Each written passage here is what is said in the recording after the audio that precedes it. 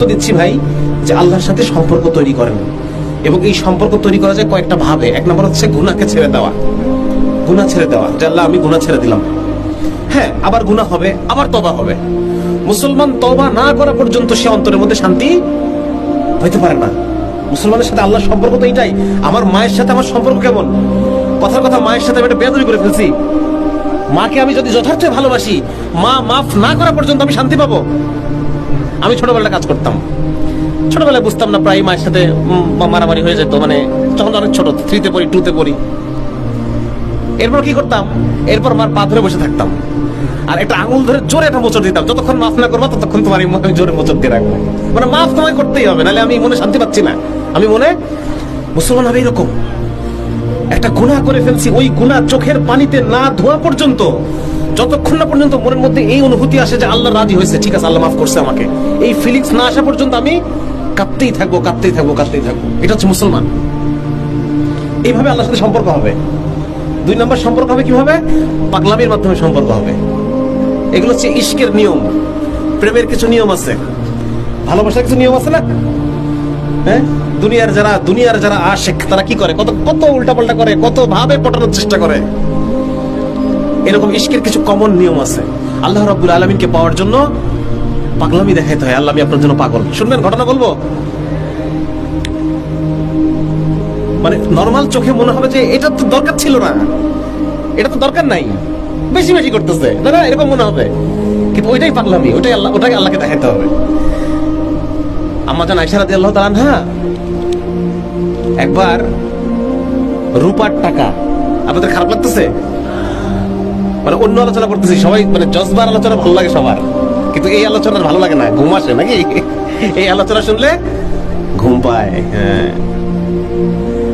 আম্মা জান আয়েশা রাদিয়াল্লাহু তাআলা আনহা রূপার টাকা খুব ভালো করে ধুয়ে, ওই সময় সাবান ছিল কিনা কি ছিল আল্লাহ মালিক জানে, ওই সময় তো মানুষ কাপড় চোপড় ধুইতো নাকি, কিছু না কিছু তো ছিল একটা।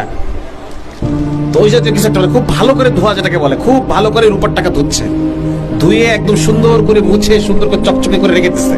আল্লাহ রাসূল আসছে, এসে বলছে কি ব্যাপার আয়েশা, তুমি পয়সা সুন্দর করে ধুয়ে এখানে রেখে দিচ্ছ, ঘটনা কি? বলি ইয়া রাসূলুল্লাহ, টাকাগুলো ময়লা ছিল, আর আপনি মসজিদের মিম্বরে হাদিস বলতেছিলেন, তখন আমি আপনার মুখ থেকে হাদিস শুনছি যে বান্দা যখন সাদাকা করে আল্লাহ রাব্বুল আলামিন তার ডান হাতে গ্রহণ করেন, আর আমি ময়লা টাকা কিভাবে আল্লাহকে দিব? বুঝা গেছে? এরকম কিছু কিছু জিনিস আল্লাহকে দেখাইতে হয় যে আল্লাহ আমি তোমার জন্য পাগল। এটার দ্বারা কি হয়? সম্পর্ক হয় আল্লাহর সাথে। 2 নম্বর সম্পর্ক হয় যার কাছে সম্পর্ক করতে চাই তার সাথে যত বেশি কথা বলবো তত বেশি সম্পর্ক হবে নাকি? দূরে দূরে থাকলে সম্পর্ক হবে? যত বেশি কথা বলবেন তত সম্পর্ক হবে।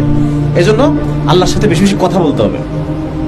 আমাদের মুরব্বি বলতেছিলেন, আমরা যখন আল্লাহর সাথে দোয়া করি, দোয়া করতে গিয়ে আমরা এমন ভাবে যে দোকানে আসছি, হোটেলে ঢুকে ওয়েটার এই মুরগি ভাত, হ্যাঁ কাচ্চি বিরিয়ানি এ দিয়ে যাও, এগুলা আমরা ওইরকম আল্লাহ কাছে, আল্লাহ এ লাগবে, ও লাগবে, তা লাগবে, এগুলো লাগবে, হ্যাঁ আমার পড়াশোনা ভালো করে দাও, আমার বিবি দান করো, সুন্দরী এই বিবি দান করো, এই সেই আল্লাহকে আমরা অর্ডার করি নাকি? দোয়ায় বসে আল্লাহকে অর্ডার দেই, এভাবে হবে না।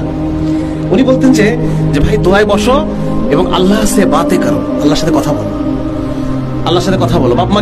বাবা মার সাথে কথা বলি না, বন্ধুর সাথে কথা বলি না, কথা বলি তো, সেরকম আল্লাহর সাথে কথা বলতে হবে। একবারে মনোজাতটা ধরে বলবো যে আল্লাহ আপনি তো জানেনই আমি এই সমস্যার মধ্যে আছি, এখন কি করবো আপনি আমাকে একটু বলে দেন। হ্যাঁ, ইনাহে বিনাহে যত ভাবে বলা সম্ভব এভাবে বলতে হবে আল্লাহ।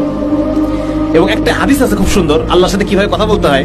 আল্লাহর সাথে কথা বলার ক্ষেত্রে কোনো আদব নাই, এটা একটা মজার জিনিস। আল্লাহকে তুই করে বলা যায়, যা ইচ্ছা তাই বলা যায়।